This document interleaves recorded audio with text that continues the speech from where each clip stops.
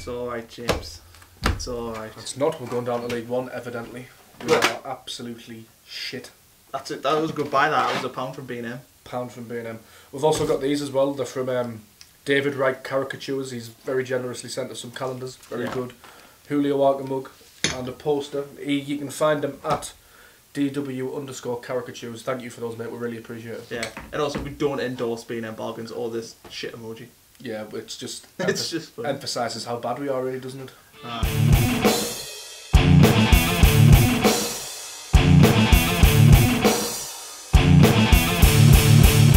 Well, we were both at the game last night, James. We were both at the game last night. And needless to say, it was shit. Aye. Was? Every time we say shit, just do that instead. I got a free ticket from fellow Roker Rapport Graham, and I still felt robbed. You went for free. And I got a ticket for the Preston game, and I feel even more robbed. But let's look at the positives. We got a burger beforehand. We got a free burger from Church Lane. I went to burger, got a burger. That was good. That was it really. I spent all night with you. After the burger finished was when the night stopped, really, wasn't it? Yeah, it did. It did. That was when it went downhill. It wasn't great from there. Team selection. Well, may as well go through that first. What do you make of it? I was disappointed not to see Joe Osoro and Madger start.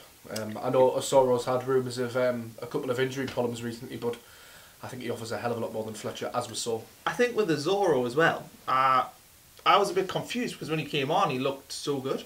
He did look, he looked really good when he came on. And just to go to defence as well, Donald Love. Yeah. Why? Well, better than Billy Jones. I know, but Donald Love offered nothing all night for me. He looked, say, what's he called? Ajaria. Ajaria. That's I can't say his name. Come on. I know. Sorry. This is you. You're meant to be a Sunderland. Ajaria was getting the ball in the middle, and he was looking at Billy Jones to make the run on the right hand side. And Billy Jones would stop and he would start. And he'd be like, "Oh, do I go? Do I not go? Do I go?" And then that split second would cost us. But Billy Jones. It's just he's not good enough for this level. Billy Jones at centre back. Come on. And it's poor.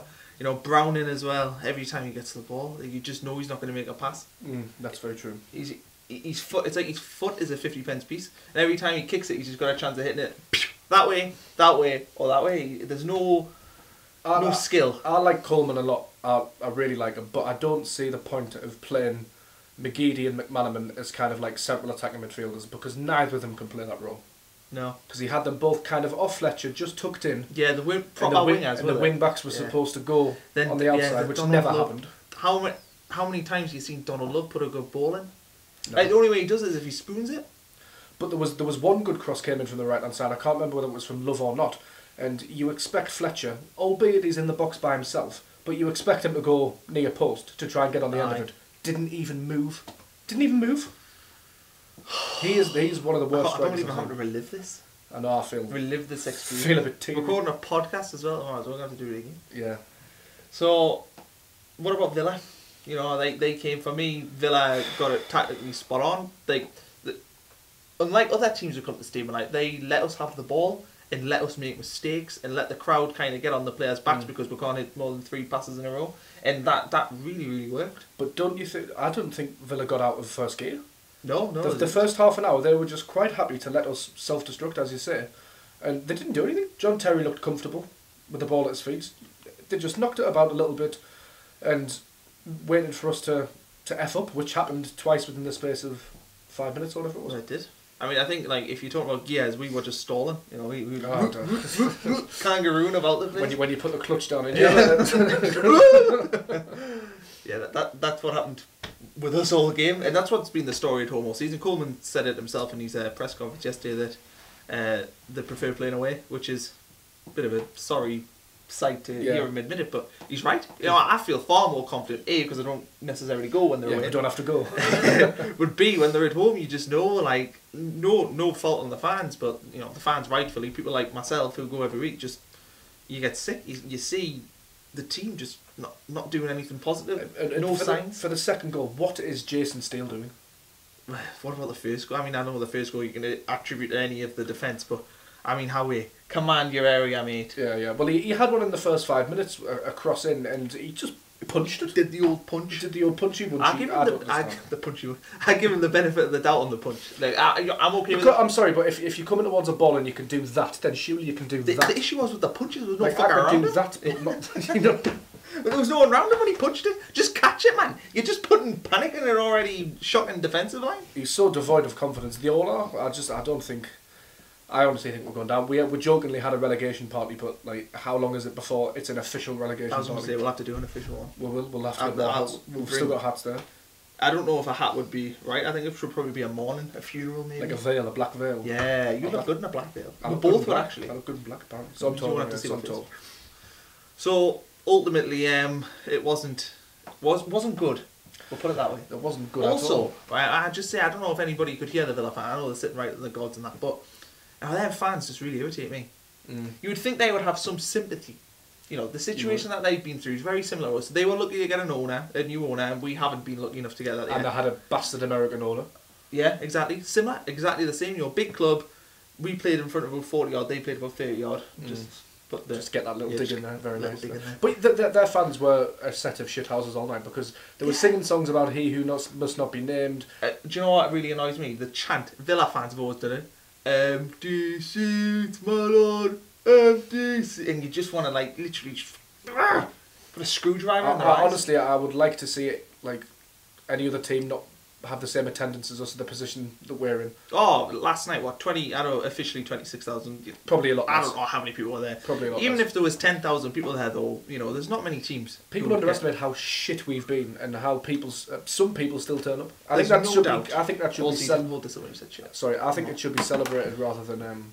Oh, I think it should. Well, last night, 26,000, that was our gate. Officially, that's the gate, so that's what I'm going to take it as. That's more people than were at Palace Man United. Yes, you're quite right. And Palace have the best fans in the world with the Right, ultras. exactly, yeah, they've got that little God. section of ultras That behind the section of 10-year-old children stamping their feet. So that was a bit of a dig. Sorry, Palace fans. I don't think there's any It's on a Palace. tangent now. I don't think there's any Palace fans going to be watching this. But on the off Well, we'll chance, tag it. We'll do the that's it, on the tag. tags, Palace yeah. fans. Palace ultras. Yes. Very nice, good, very very good. very good. So we're not very good. Do you know what's funny? When we had that little tangent there, I forgot how shit we were. That was nice. It was- it was a really- comic relief is the way forward. It was I a mean, nice 2 minutes. when Fletcher went through and he miscontrolled Oh my that ball God. somehow in the first half, That and was- then scored 2 minutes later. It That's was. unbelievable. I found it funny. I honestly found it funny. It was? No, it was. I remember that initially I was a bit angry, then I was just like, you know what, that's really funny. Well, I think we need to discuss why is Fletcher playing over a Oh, Sorrow yeah, manager. we know. We've come up with a devised a theory. It's been all over Twitter. I'm sure we're not the original purveyors of it, but I think Mills will have something in his contract to say that he must play. Otherwise, definitely. why would he be in the team? He must be, because I don't understand how he's any better than the other strikers. I mean, I'm not a big lover of Madge. I mean, he's a young lad, and I wish him all the best. I don't want to slate Madge, but the minute, not for me ready to play at that level, but he's better than Fletcher. But Fletcher offers nothing. You've got Terry, who's slow and strong. So what do you play somebody who's not strong and not fast? Where Asoro might have got in behind him. Made for Azoro. It was. The ball's in that Fletcher did all right. He got in 3 times. To his credit, he got in 3 times behind Chester mainly, the Villa centre back. But every time he wasted it. It wasn't helped that no other player was going in the box because he was often on the wing. Fair enough. You've got to run the channels as a striker. You know, we all understand that. But when he did get in, he wasted. He had 3 chances when he was in behind, and he didn't take any of them. The one where it bounces off his shin, man. I mean, Do you have to run the channels when you've got 2 wingers in McManaman and McGeady, You can't defend. and then 2 wing backs? Like why do you have to run the who channels? can't defend? So what are they doing? They can't defend, but they're not helping the striker. So what are they doing? For me, the main problem was of all the problems we had was McManaman and McGeady didn't get close enough to Fletcher at any point. They were nowhere near him at any time. There's no cohesion. No cohesion. And can we talk about, please, because you've done my head in with this. When Graben left, Connor was very much of the opinion, oh, he doesn't work hard. Professional as ever. Well, there we are. Yeah, caricatures. For a while. Graben, he doesn't work hard. He doesn't do this. He doesn't jump. He's just a goal scorer. Yeah, he brings nothing. I know. How foolish you look now. I know I look foolish. In my defence, right, I wasn't Graben's biggest fan from the beginning. Really? I'll admit. I wasn't his fan from the beginning. Once we the got Lewis December, Graben fan club president. yeah, once got December, he down tools, right? And I don't get anybody who goes to the games will be able to tell you that he down tools. He stopped playing once that talk of his break closed and his contract came up. And everybody else in the team hasn't stopped playing. No, that's true. And Graben did score a few goals in A December. few goals, he's still our top scorer. In December, he scored a few. Our top goal scorer came back to the stadium. My position at the time was the expectation is that they would replace Graben with somebody who was competent. Obviously, that was my fault for expecting the club to do something that was remotely decent. And I hold my hands up to that. You know what? Chris Martin would have been perfect. To be fair, doing useless at Reading. So, who am I? So we've established that you've fallen into the trap of expecting Martin Bain and Ellis Shaw to sign a player, basically. That's exactly what it is. But I found the whole and I'd never ever have a go at Sunderland fans because I'm a Sunderland fan myself. But I love you. We love you. But what was the point of booing Graben? I just don't get it. Like booing his every touch. It's just like, to be fair, the lad didn't want to be here, and would you want to be here, given the shithouse we are behind closed doors? Apparently, I think it's the lack of respect he's kind of shown since he's left. Because he got shown loads of respect from us when he was here. People were on his back all of the time. Actually, had his goals. Oh well. But also lambasted him for saying the way the lighting's working. Yeah, I'm like lit up because of the daylight. It's like light and dark. It's like Darth Vader. Have the optimistic ray of hope in your. It's a good analysis. Yeah, that's what it is. Analysis. It's good that we should do this every week with having me lit up because I'm a bit more positive than you. Well, so you're just here trying to just make me look like an idiot. I'm deeply cynical by nature, I think. I know all you've done here is instead of talking about the game, you're just trying to lay into my opinions on strikeouts. It's still relevant. It's still relevant. No, I'm just trying to deflect. But you did a good job because I was biting. Chomp. He's got my mind off the argument I was winning and onto a completely different thing. Pulled you into your bite. They call me Chomp for a reason. James Chomp copy. He's got little fish hooks next to his name on my phone. I can't reveal to the camera what emojis you've got next to your name. I know you keep saying that. I actually want to say it off camera. Well, you'll never see it. No, fair You'll enough. never see it. Right, so this weekend, to move swiftly on. This weekend, moving swiftly on, we have got. Oh, who the hell we're playing this weekend? It's not Preston, is it? Preston's next. QPR way, man. Oh, God. Look at this, man. We're presenting a YouTube channel for something, and we don't even know what we're playing. I know nothing. Yeah, absolutely nothing. None. So, QPR this weekend, I hold limited expectations. Limited? I hold no expectations. This is a light and dark. My expectations, when I say limited, are that QPR get a flu virus throughout the club this week. And they have to play a bunch of 12-year-olds. And fans, and we might get a draw. Well, I think we'd be better suited if we just kind of opened it up to just trials from maybe the Wayside League and just see who we can get on a free. You get the RCA lad. Yeah. I mean, there's some decent players there. In all seriousness, no. South Shields squad. Get Arga back. Get up, Julio. Oh, that's it. It gets Super Kevin, like 45. Yeah. Good striker coach. In all seriousness, though, how are we lining up? Right, because I'm getting sick of 5 at the back. I'm done. Done with 5 at the back. He's shoehorning his ideas, and I don't want to slate Coleman too much, but his point percentage has slipped under Simon Grayson. 0.86 he's on. Grayson was on 0.89. Not that really matters, but just saying. for clarity, we're on Grayson's back. Coleman's not doing much better. 5 at the back. It's not working. When he was in Wales, his 5 at the back worked very nicely, and the simple reason, to be totally cynical about it, was he had one player called Gareth Bale who was absolutely rapid, and another one called Ramsey, and another one called Allen that could find Gareth Bale. Exactly, and Hal Robson. I agree with you to an extent. I just think that we're so poor defensively. Well, why? We need to score goals, man. Right, under Grayson, what were we? We're a goal-scoring team that couldn't defend, and now we're a defensive team that can't. Defensive team that can't score. Right, and for me that doesn't sit really too well with me, and I think it's about time we think about the players you've got compared to your football ideals. I like a 5 at the back. I like that kind of Italian school of thought. But I will confess and I will agree that it's not working. And I think the best chance we have of staying up is utilising Josh Madger and Joe Lasoro. And I think just go 4-4-2. Should I tell you how I would look at it? Do you know when you're playing Football Manager and you start that season? Yeah, do you know what? I'm going to go with a 3-5-2, pass it on the floor, not going well. interchanging. Well. You look at that team on the first day and you say you're in the Premier League and you're managing 5-0 away to West Brom. You're yes Swansea. You say yes Swansea. and you go to West Brom, you're 3-0 down after 20 minutes. You're, oh well, this isn't going well. This needs a tactical. Yeah, and then you press the FM thing, and you do see quit the exit menu. Oh, well, I'll just go for the back. Do you know what? I'll change the for the back. You lose the game 3-1. You put a target man. Yeah, you put a poacher off him. You do. Central defensive midfielder. You lose it deep 3-1. line playmaker, winger, inverted winger. Yeah, you make a couple of subs. You lose 3-1, but there's hope. Right. Because you changed it and it worked. You won the rest of the game 1-0. So you're happy with it. You get big so six. you go the next game. You go right. Okay, well we're gonna get rid of all this passing crap. You turn everything onto default because your personal tactics aren't working. No. And that's what happens. You put it on default. That game is brutal. Oh, it is. You go on the default. You go 4-4-2 or a 4-2-3-1. 4-2-3-1's common Football Manager. And you take it back to basics. I think Coleman's tried to take it back to basics in a way. He needs to do it again. He needs to just quit. I wouldn't blame him if he quit. You know, I honestly wouldn't. Yeah, I bet you he should have his files saved to like when he left Wales. Yeah, he can reload it. He can reload it. I'll wait for that West Brom job to go up. Well, he would have been better than Bards. Yeah, he probably would have. But I'd like to say on camera, on record, I've got a lot of respect for Coleman. Oh yeah, for taking 100%. the job. We are behind him. I'm 100% behind him, and it's these players who aren't good enough, who don't have the right attitude, clearly.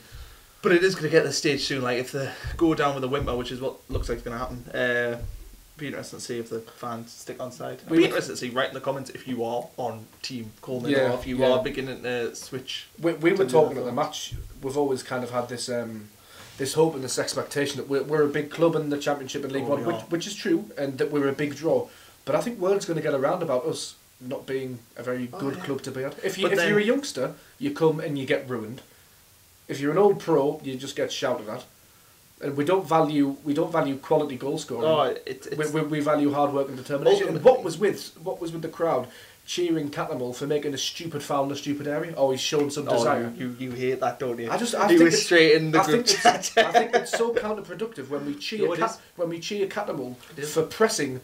If you're going to press, you press en masse and you do it all together. But Cattermole's vacated his position to run around the Villa back four for no reason whatsoever. He's left a massive hole and the crowd's going, well, why? It's just Sunderland fans just kind of like that a little bit, don't they? Yeah, but that's fine. But press en masse and don't clap Cattermole if you press, you press. I think with Cattermole and the team sort of ideology, it is like they're not in sync. You know, the players don't know if they're pressing or not pressing. Is that something from management, or is it because they're just bad footballers? Well, I think a bit of both. I don't think it's a management thing. It's that whole chicken and the egg thing at the moment with Coleman. Is he telling them to launch balls up to Fletcher, or are they doing it because they've got no confidence? We're not really sure at this point. Do you think last night, listening to what Coleman had to say, he sounds like he's lost hope? Oh, completely. We sat together while we were doing the prep for the show in university today. We listened to the comments. We listened to them on the radio. He sounds so dejected. He sounds so down. And Coleman's very honest, and he doesn't shy away from his responsibilities, but he sounds so down. He doesn't. Can't blame him, but it doesn't give me any hope whatsoever that he can turn it around. That's nothing to do with him. I just don't think anyone could. And can stick anyone in this. Usually we have a bit of hope and we don't turn it around, but now we've got no hope. Well, I think the fans from the last few years we've been, certainly Gav's talked about it a few times, the mentality of previous years where they've picked up at this time of the year. I was like, I don't really see it in this team. No, I can't see it. You've got too many young players, too many players who I don't think are here for quite the right reasons. And that's an issue. I think that is a massive problem. We get rejects and cast-offs and players with problems. We get McGeady and McManaman. Well, we were talking about McManaman, and I really don't like that attitude of the Pulis thing. And Pulis nailed it. Pulis put him back in his place by saying, well, he doesn't get picked here. He didn't get picked for me. He didn't get picked wherever he went after that. He didn't get picked a Wednesday. Do you know who McManaman is? He's when you were at school and there was that one kid who just loved a bit of skill. Just spent the whole game doing little bits of skill here and there, but he just was useless at football. And McGeady put in his customary try to do a stupid turn thing and lost the ball in the middle of the park. It wasn't even in the middle of the park. It was just outside the box. I mean, I think we were getting to be 3-0 or 2-0 by that point. But still. Maybe he tried to do it twice then, because there was definitely one where he was in his own half, just in his own half, and he tried to do his spinny thing and got nowhere near. It's frustrating defensively. Just to summarise how bad things are, we've got 3 bad goalies. Bad. Worst goalies in the league. Both 3 of them. I was of the AIDS for Steele. Yeah. I think I was chlamydia for Reuter, and then I think I was gonorrhea for Camp. So if you disagree with that, then please write in and correct. yeah, because that's he how knows I his STIs, but I don't know. Does he know his goalies? That's the thing. He knows. I'm an expert in one field, but not the other. He knows all about one side, not the other side. Defensively, though, just quickly run through them players at the back. Right, Coney. Shite. That first goal yesterday, what's he doing? Got the ball, playing it, you're just thinking, Coney, lovely, just play a nice little ball over the top, over the channel. He hits this floater that goes 5 yards off the ground, they intercept it, boom, goal. Goalie dives 5 seconds after the ball as well, which doesn't help. No defensive. 5 seconds after the ball. No help whatsoever. So you got Coney, useless. John O'Shea, I like John O'Shea. Legs are gone, slow, can read the game, but ultimately in this day and age, he's just not going to be able to cope with it. Any striker with 39 Ks on FIFA, like that's ultimately it. Yeah, Can't. I think you've summed it up very well there, and I think we're going down. John O'Shea with per meter sack and a race. Oh my god, that is a tough one. It's one for the I mean, it's getting to the point where we were flicking through this calendar with Connor's brother Niall, who's been on the podcast, and it's like you got Brian Clough there, you got Julio, you got Billy Hughes, 73 Cup winner, you got Gary Bennett as a legend, you got Ian Porterfield, Charlie Buchan, you've got Peter Reid, and it's like we just don't have anything to cling on to at the moment. Like historically, we've always had like, the only thing we're going down, but we've got Pickford and Defoe. Not cling on to Zorro? He's literally. Yeah, no, I would cling on to him, but I know he's going. He's going to go. They need to work out the contract situation. He's going. Come on. I think Ellis Short's arse is so tight that as soon as a bid comes in for Asoro, he's off. They need to keep him or tie him to a contract. There's no way Asoro is playing football in the League One. I'm sorry, it will not happen. Maybe 1 or 2 games. Do you know like so frustrating though. He is going to be a Premier League player. Yeah. And he is going to if we end up losing him this summer, we're going to probably get optimistically 6 million. Optimistically. Maybe 8. Maybe 8. Maybe we get a good sell on clause. No one Sunderland will sell him for nout and just say, oh yeah, pay us when you sell him for like 40 million quid, which will never happen, and he'll break his leg or something. Zorro, the need to get that contract situation sorted. Zorro will go out on loan. That's where he'll go. He'll go out on loan like a Kazri or a Lens, just in case we'll go back up, or a Barini, and then we'll never see him again. Because we'll make stupid deals like that. Well, Kazri's got 8 goals in.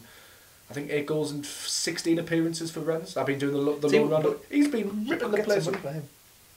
Anyway, we said we wouldn't run any longer than 20 minutes. We're now at 22. 20 minutes. So thank you for watching again. Thanks for watching. Any feedback you've got, we would appreciate. Yeah, I know that the lighting situation with James dark and me light was actually purposeful by me because I am the shining beacon and he's a knob. And if you want to throw me any pelters for being a knob, then please do so, because I can handle it. He's wearing a nice jumper. I'm wearing a nice jumper. He's in the press box. Yeah, what do you think of my... Look at his shirt. Can they tell how ugly sorry, I didn't come like some fucking soccer dad from America. This is clearly an American football top. Yeah, and?